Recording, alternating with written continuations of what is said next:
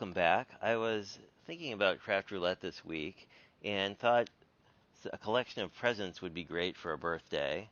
This one is a green cardstock that was in my stash, and then I cut this out of the not too shabby one of the pages out of their summer coffee pad. So I think I'm going to sort of align them like this and then do a big birthday greeting at the bottom. And maybe there are, if I do it in black, there are dots in that I guess none of the I'm trying to see if any of these birthdays have eye dots on the eyes. None of them do. But we could go in with embellishment, I think, and use that as we could just use a I guess it's black dots, so we could just do some dots in the corners, I think. But I wanted to warm this up a little bit. I'll grab a new brush, I guess. This is the Catherine Pooler Ginger, which is a favorite of mine, especially on craft, just because it really kind of warms it up a little bit. And I don't know, I've been in a very Christmassy mood, and it's an ink I tend to use a lot during the holidays, just because I don't know, it subtly puts the focus in the center of the card, which I really like.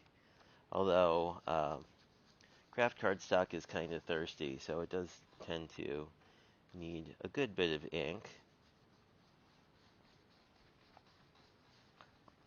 I'm less worried about the bottom because I'm going to just have my sentiment there, but it's always nice when things match. Anyway, I think that looks good. Actually looks better on camera than in real life, which is always kind of funny when that happens. Let's just clean off this ink before we move on. So the parameters for this week were a birthday card, which is why I pulled this sentiment set. A collection, we're going to have a collection of presents. Um, garden, picnic colors. Oh, I kind of like it like that, and then a big sentiment down here. I guess we can just stamp the sentiment first to be a little more careful than I would normally be. But picnic colors collection, birthday card, and black dots. Technically, there are exclamation points, although dots would be plural. Although we could do this. Let's see how this lines up actually. Oh, I'm glad I did this first because these aren't going to fit in one line. Happy birthday, offset, and exclamation point.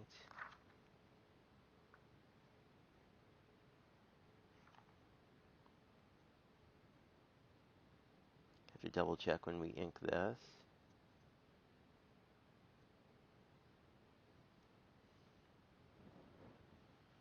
But I think if we move this up a little bit and space these out, then I can just go in with a glaze pen and dot the eye, and then we will have two dots, one on the eye and then one on the exclamation point. I guess you could technically do two, what's the word I'm looking for? You could do two exclamation points, and then it would be good. I think this dress blues color is very picnic to me. It's very sort of denim. And then we will just make sure, yeah, I think yes, it looks like we have this. Right side. Sometimes it's hard with the punctuation to figure it out, but I think that should be good. There we are. And then I'm going to just grab I guess I'll let this dry for a second, but then I think we will go in and just put another dot here. Happy birthday. Like that. That's just glaze pen, but it should dry in a moment, and then we can get the rest of this together. I will take this moment to clean off my stamps, but I don't know. I thought this was actually a pretty nice week from Mr. Wheel and the parameters, just because, like, a birthday card is pretty wide open. A collection could be a collection of almost anything. I mean, you could also argue that, like, any of your stamps may have come from a collection, too. I mean, like, this birthday stamp, for example, is um, from the Big Greetings collection over at Artful Angel. But, you know, so you could interpret it that way, or you could also interpret it, I think, as most people tended to, which was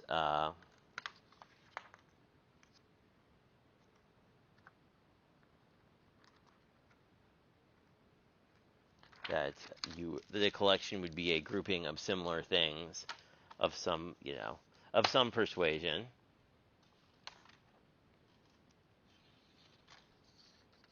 That's still drying, so we'll be a little careful. But I wanted to sort of decide how we want to do this. I like it kind of like this, where sort of the bigger present is up there. So I think I'll do it that way.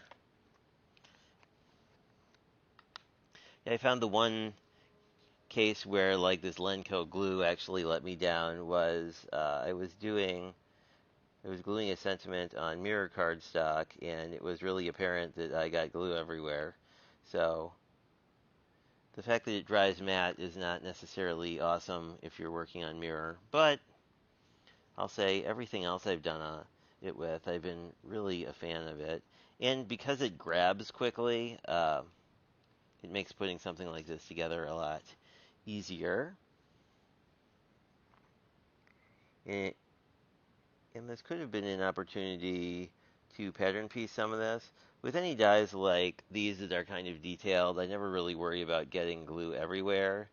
Just want to make sure we get glue along the edges, basically, and then um, you can put down dots in other places if you're concerned about them. But, I mean, you're never going to get, like, every single little thing. And that's fine. Woo! That's not what we want. Would prefer to not bend our die cuts. There we go.